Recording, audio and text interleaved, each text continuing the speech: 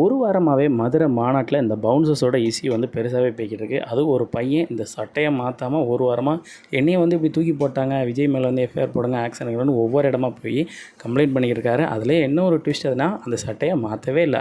ஏன்னா அது அவருக்கு வந்து எவிடன்ஸு, நான் தான் அதுன்னு. உண்மையான கடைசி என்னன்னு பார்த்தா, உண்மையான அதில் தூக்கி வீசப்பட்ட பையன் வேறு. விஜய் அவர்களே மாநாடப்போ பவுன்சருக்கு வந்து எச்சரிச்சிருந்தாங்க, ரசிகர்கள் அந்த மாதிரி தூக்கி போடாதீங்க அப்படின்ட்டு. அப்படி ஒரு நல்ல மனுஷன் மேலே ஒரு வாரமாக எல்லா அரசியல் தலைவருக்கும் காண்டு. எந்தெந்த பக்கத்தில் இருந்தோ தளபதி வந்து அட்டாக் பண்ணி பார்த்தாங்க. ஆமக்கரியை வச்சு பொழப்பு நடத்தின அரலூஸ் அரசியல்வாதிகள்லேருந்து எல்லாருமே வந்து விஜய் எவ்வளவோ தாக்கினாங்க. கடைசி ஆயுதமாக இந்த பையனை வச்சு எப்படியாவது விஜய்க்கு வந்து கெட்ட பேர் எடுத்து வைக்கணும் அப்படின்னு பார்த்தா, பையனே கடைசி செட்டப்புங்க. உண்மையான பையன் யாரோ, ஆனால் இவனும் ஒரு அம்மா ஒரு பையனும் அழகாக ஜோடித்து சூப்பராக வந்து செயல்படுத்திக்கிட்டு இருக்காங்க. தளபதி அப்படிங்கிற ஒரு பெயருக்கு எல்லாருக்கும் இவ்வளோ பயமாங்க. எவ்வளோ பேர் வந்து அரசியலில் வந்து பொய் சொல்லி வருஷக்கணக்காக வந்து கூட்டத்தை கொட்டிக்கிட்டு இருக்காங்க. எந்த ஒரு பைசா கூட கொடுக்காம உண்மையான தளபதி தொண்டர்களாக இவ்வளோ பேர் வந்திருக்காங்களே, இவர் அரசியலுக்கு வந்தால் நம்மளெல்லாம் தோக்கடிச்சுட்டு முன்னாடி போயிடுவாரே அப்படிங்கிற ஒரு பயத்தில் என்னென்னலாம் பண்ணுறாங்கன்னு பாருங்கள். என்ன பண்ணலை எனக்கு 2026 நம்ம